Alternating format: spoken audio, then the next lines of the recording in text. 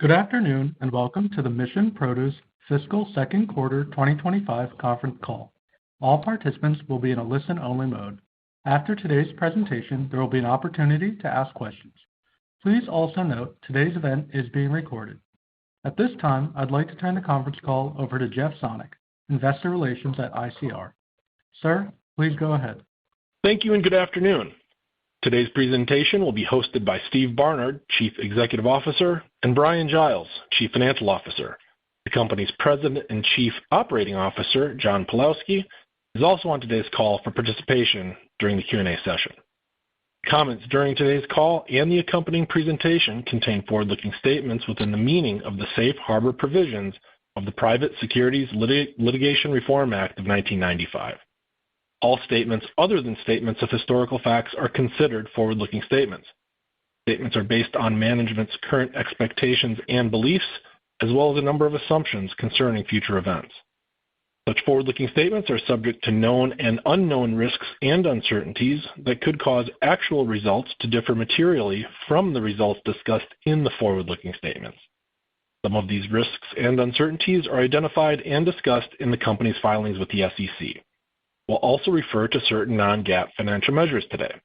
Please refer to the tables included in the earnings release, which can be found on our investor relations website, investors.missionproduce.com, for reconciliations of non-GAAP financial measures to their most directly comparable GAAP measures.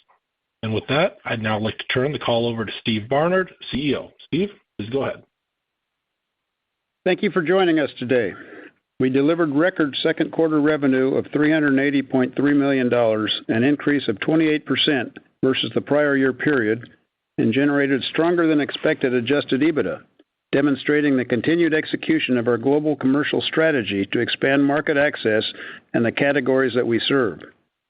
Our marketing and distribution segment delivered solid results in Q2, building on the strong foundation established in Q1, reflecting the effectiveness of our commercial teams to leverage the strategic value of our global sourcing network.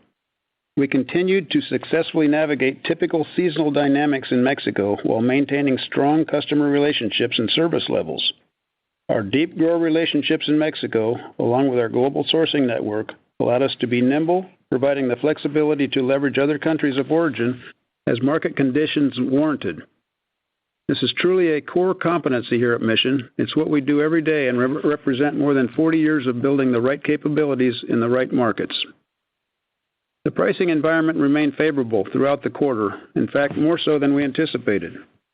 The retail market's ability to sustain volumes amid extended periods of higher pricing reflects a favorable dynamic that reinforces the durability of consumer demand in the United States. This is the outcome of our relentless work to provide consistency, both in terms of supply, size, and quality to the retail channel, which is supported by our unmatched network of sourcing, distribution, and ripening infrastructure. As we look forward to the future, we are applying the same playbook to the other markets and categories to enhance our competitive position globally. For instance, we opened a forward distribution center in the UK 2 years ago with the vision of accelerating our reach in the broader European market by bringing ripening capabilities to the underserved region. Our commercial teams have been working hard to ramp up our presence and have delivered strong results through expanded customer penetration with larger accounts. This customer success is directly translating into higher volumes and significant gains in facility utilization, validating our strategic investment in the region. Our team's ability to adapt to local merchandising approaches and respond quickly with solutions is central to our increasing share, while establishing Mission as a reliable partner for major UK customers. We look forward to building on our success there in the quarters ahead. Our mango business is another example of the team's strong execution. Mangoes contributed strongly to our results this quarter, where we achieved record volumes and significant market share gains that established Mission as a leading U.S. distributor. This success stems from three deliberate competitive advantages we've built. First, our cross-selling approach of leveraging new and existing customer relationships to build our mango business. Second, our differentiated positioning as a long-term program provider with year-round source and quality consistency that others simply cannot match. And third is our national ripening, packing, and distribution footprint that provides operational capabilities and flexibility others in the space don't possess.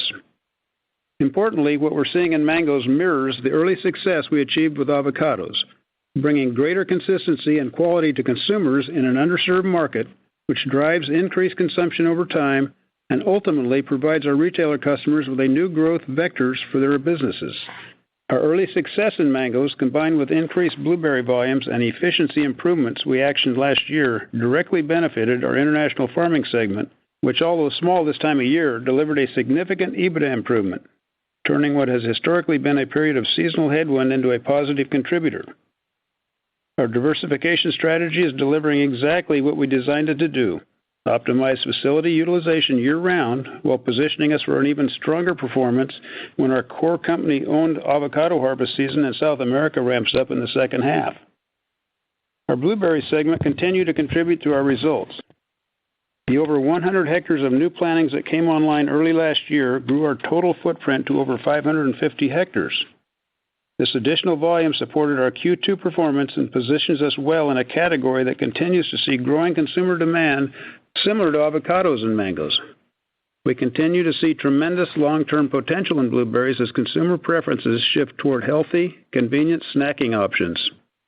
We're strategically positioning ourselves to capitalize on this trend through a multi-year expansion of acreage that is expected to add more than 200 hectares for the next year's season of premium varietals that deliver superior flavor profiles and extended shelf life. While the yields will take some time to ramp up, the higher volumes will help us support growth in the years ahead. Looking ahead to the second half, we are well positioned to generate our customary step-up in cash flow, but with the added benefit of what we expect to be a more normal Peruvian crop on our ranches this year. If you recall, last year's harvest was significantly impacted by weather events, which decreased volumes by approximately 60%. Our orchards have recovered and are in great shape. As a result, we expect our production to be up approximately 150% this season, putting us in a position to meet consistent global consumption. Given our strong performance last year and a solid first half of fiscal 2025, we are continuing to improve our balance sheet leverage, which provided us with an opportunity to execute $5.2 million of share repurchases during the second quarter, reflecting our belief that the share price is undervalued relative to our business strength. With approximately $14 million remaining on our board authorization, we will continue to opportunistically repurchase shares when we believe there's a discount to the intrinsic value of Mission shares in the market.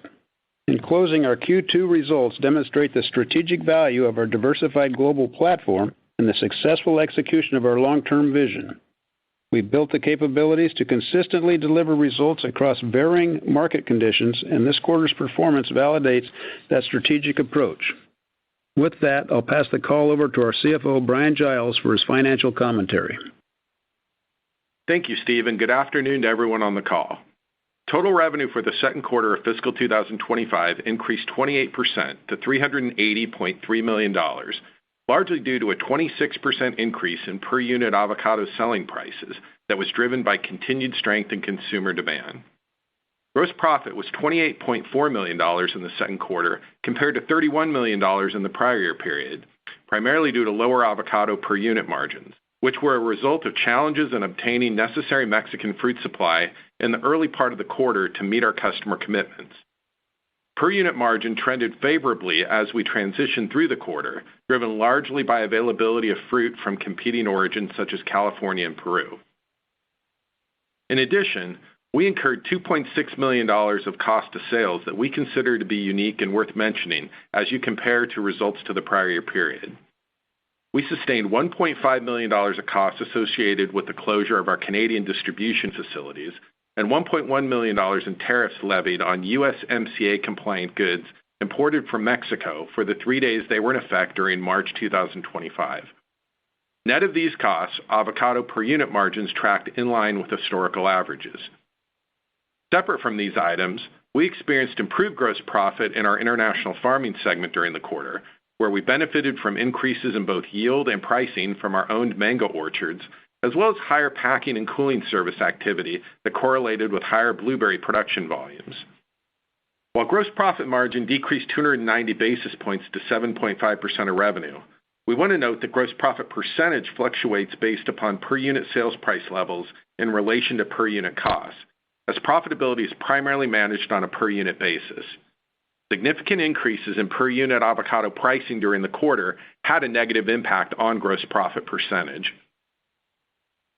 SG&A expense increased $2.8 million or 15% compared to the same period last year, primarily due to higher employee-related costs, inclusive of performance-based stock compensation expense, as well as higher professional fees, inclusive of fees for external legal counsel associated with outstanding legal proceedings. Adjusted net income for the quarter was $8.7 million, or 12 cents per diluted share, compared to $9.8 million, or 14 cents per diluted share last year. Adjusted EBITDA was $19.1 million compared to $20.2 million last year, driven primarily by lower per unit gross margins on avocados sold. Turning now to the segments, our marketing distribution segment net sales increased 26% to $362.5 million for the quarter, primarily due to the favorable avocado pricing dynamics I previously described. Segment adjusted EBITDA was $16.8 million compared to $21.7 million in the same period last year, as a result of lower gross profit driven primarily by lower per unit gross margins on fruit sold, which was largely in line with our expectations. Total segment sales in our international farming segment increased $6.7 million to $8.1 million, and segment adjusted EBITDA increased $3.7 million to a positive $1.5 million compared to the same period last year. This significant year-over-year improvement was primarily due to higher yield and pricing from owned mango orchards, as well as higher volume of blueberry packing and cooling services. As Steve discussed in his remarks, we are pleased to see a sustained improvement in operating leverage during what has traditionally been a more challenging quarter for the segment. Net sales in the blueberry segment increased 57% to $15.7 million compared to $10 million in the prior year period, driven by higher volumes of fruit from our own farms via increased acreage and higher yields. Segment adjusted EBITDA was flat compared to the prior year period, as lower per unit gross margins offset the volume growth we experienced in the quarter. Shifting to our financial position, cash and cash equivalents were $36.7 million as of April 30, 2025. Cash used in operating activities was $13 million for the year-to-date period ended April 30, 2025, compared to cash provided by operating activities of $12.9 million for the same period last year. This shift was driven by working capital growth from two primary factors. First, higher accounts receivable balances correlated with the higher avocado pricing environment that is negating the impact of lower day sales outstanding metrics. And second, increased acreage and normal seasonal inventory build in our international farming segment as we prepare for the second half harvest season.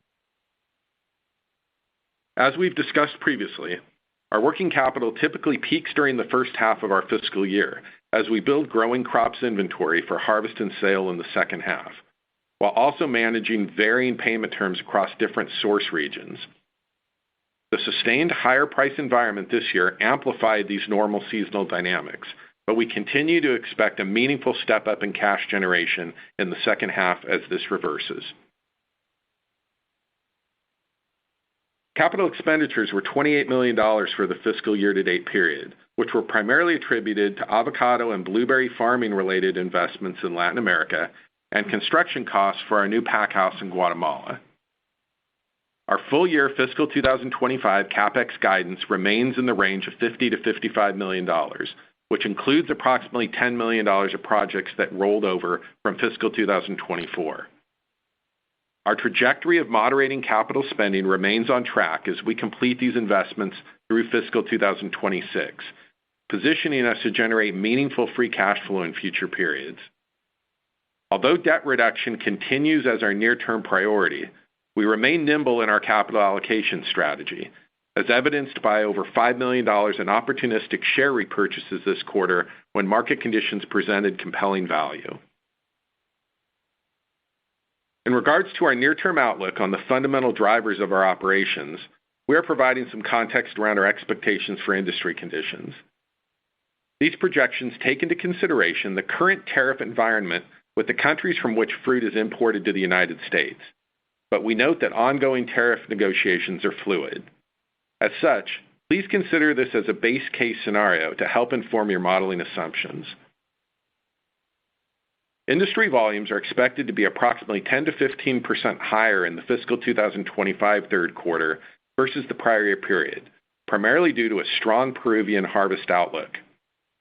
Exportable avocado production from Mission's own farms in Peru is expected to range between 100 million to 110 million pounds, as compared to 43 million pounds in the 2024 harvest season that was negatively impacted by weather-related events. We anticipate that sales of our own production will be weighted to our fiscal fourth quarter. Pricing is expected to be lower on a year-over-year basis by approximately 10 to 15%, as compared to the $1.84 per pound average we experienced in the third quarter of fiscal 2024. The decrease in pricing is directly correlated with expectations of higher volumes available in U.S. and international markets. That concludes our prepared remarks. Operator, now over to you. Please open the call to Q&A. Thank you. We'll now be conducting a question and answer session. If you would like to ask a question, please press star 1 on your telephone keypad. A confirmation tone will indicate your line is in the question queue. You may press star 2 to remove your question from the queue. For participants using speaker equipment, it may be necessary to pick up your handset before pressing the star keys. One moment, please, while we poll for questions.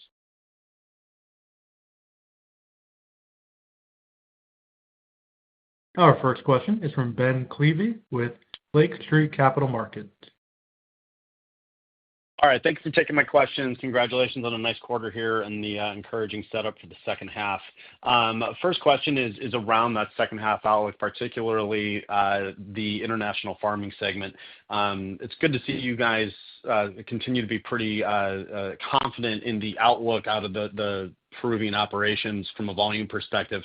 I'm wondering if you can elaborate a bit on at this point how you view fruit quality and sizing at this point, or if it's too soon to really be able to tell.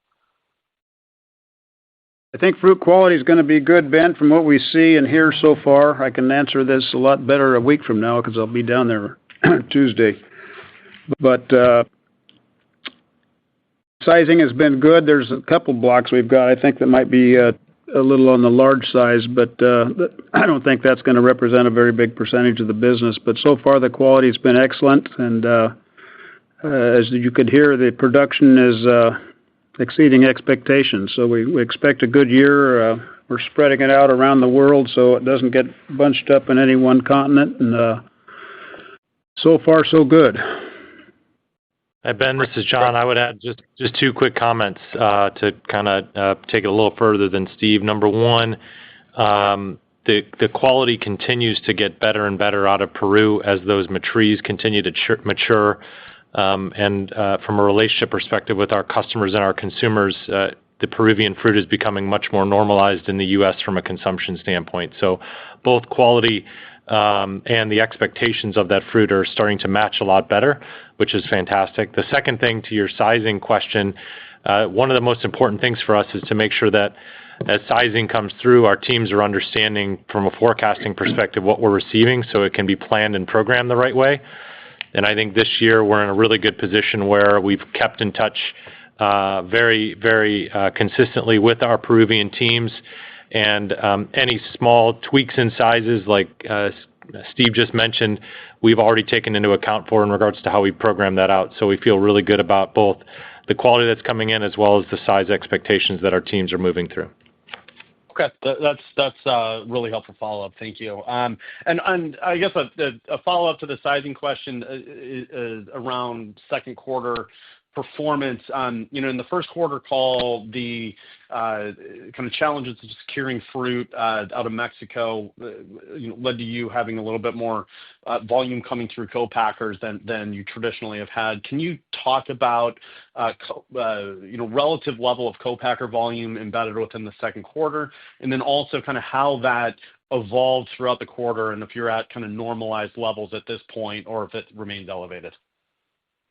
Yeah, that challenge was one that we addressed head on by taking a couple of steps. The first one was we made sure that we were reaching out to and leveraging our other source markets is to the best of our ability, especially as those markets came in. Peru came in, early season Peruvian fruit that doesn't come off of our ranches, but we're able to secure through relationships, as well as Californian fruit typically comes in during our second quarter. And those two things, along with a couple of other relationships in Mexico, helped us to get to more normalized levels. So short answer, yes, we were able to moderate and get to what we consider more normalized levels. And then as we think about that moving forward, we feel like we're in a really good position with both our capacity in Mexico as well as our ability to leverage those resources and other sources to stay close to normal moving forward.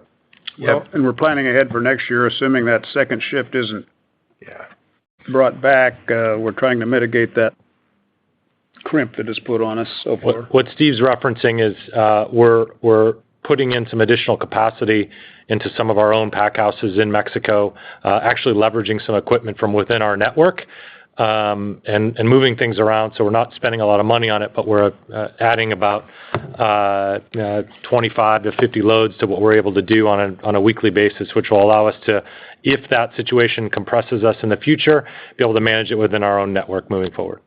And Ben, I would just add that you kind of, as we move through the quarter, I think we still saw some of these conditions in play during the month of February. It was really probably around the early to mid-March that we started to see improvement, where California really started to harvest in meaningful volumes. And that's, as soon as we get those other sources up and running, the leverage of the Mexico supplier decreases dramatically. So we're able to balance things out much better. We're able to focus on only buying fruit that we can run through our own facilities. We can balance size curves across different countries of origin in order to avoid having to buy as much specifically sized fruit from individual co-packers.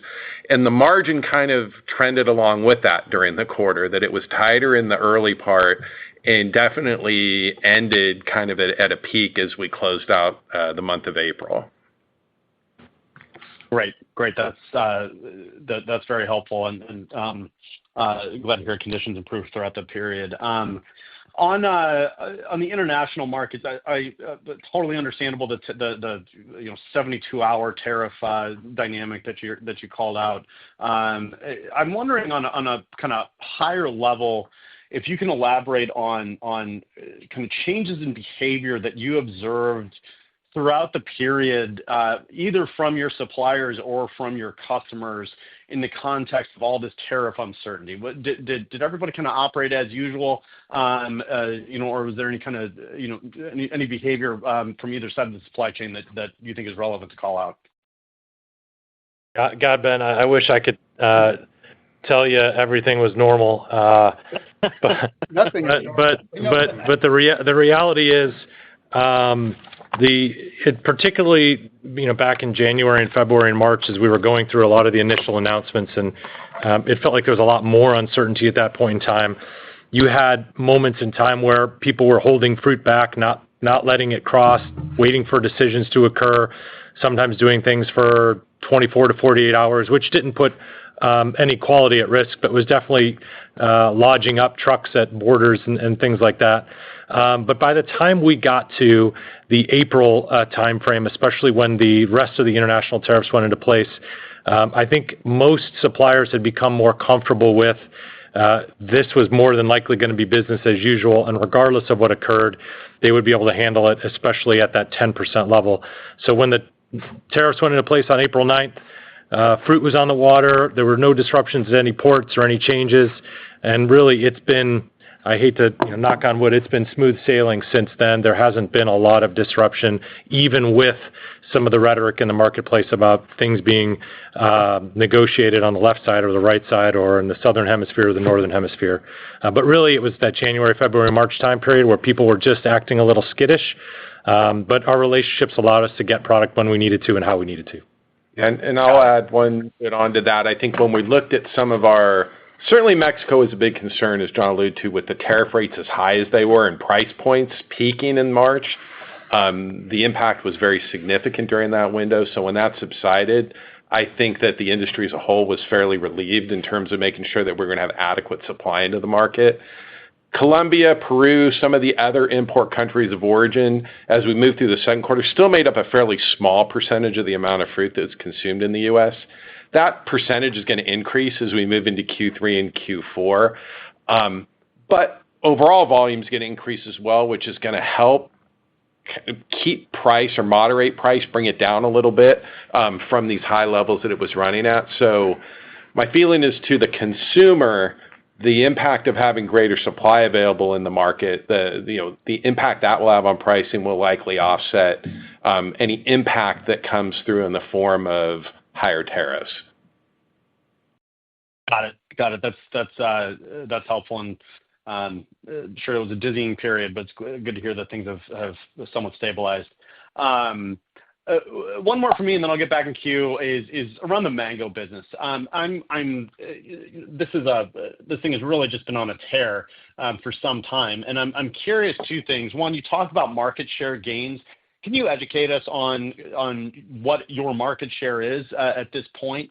And then, on a TTM basis, the mango represents about $70 million of revenue. I'm curious how big this crop can get within your current infrastructure before you would need to invest in some kind of expansion initiative. Well, let's start with the mango itself. It's the number one consumed fruit in the world, not necessarily here in the U.S., but it's growing, as you can see. We are already the second largest mango distributor in the United States. We have number one turned around looking at us, wondering which way we're going to go.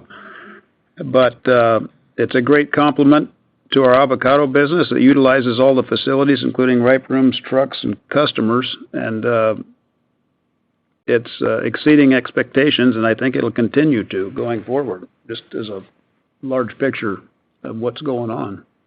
I would add to that, just to answer your question around the market share piece, that about 12 months ago, we were, approximately somewhere below 5% market share. And this year, as we sit here today, we're closer to that next 5% threshold of the 10. So we're very happy with that. We're very happy with the relationships we have with our customers. All the things Steve mentioned as we were going through the prepared remarks are true in regards to our ability to program out year long. Now, our farms themselves add a significant advantage to us in regards to our ability to have that fruit during that time of year. Number one, the quality is outstanding. Number two, we can really lock in good programmatic pricing for our customers, and we can do it all around the country because we're pulling in fruit to multiple ports and through multiple DCs. It's not just a regional play for us. We're able to help our customers regardless of where they are, regardless of how big their footprint is. As we think about the future, there's still a lot of room in the output of that ranch in Peru. Those trees are really just starting to mature, so there's room for them to grow. I think there's probably 3 to 4 years of productivity increases that will help us continue to push more volume through our network and hit that next 5% threshold as we think about market share. The other piece is we're continuing to build relationships all over the world. It's not just the Peruvian fruit that's going to make that difference for us. It's building more grower relationships in Mexico and Brazil, in Ecuador, and other places like that we've already started to generate great returns from in regards to availability of fruit, and only put more effort into that moving forward. Very good. Well, it's impressive work over the past couple of years, and look forward to watching that continue here going forward. Congratulations again. Nice quarter. Thanks for taking my questions, and I'll get back in queue.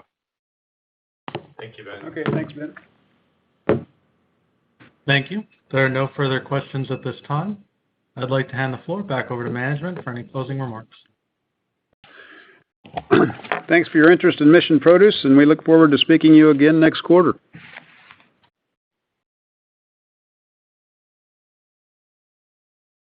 Ladies and gentlemen, this concludes today's conference call. We thank you for attending. You may now disconnect your lines.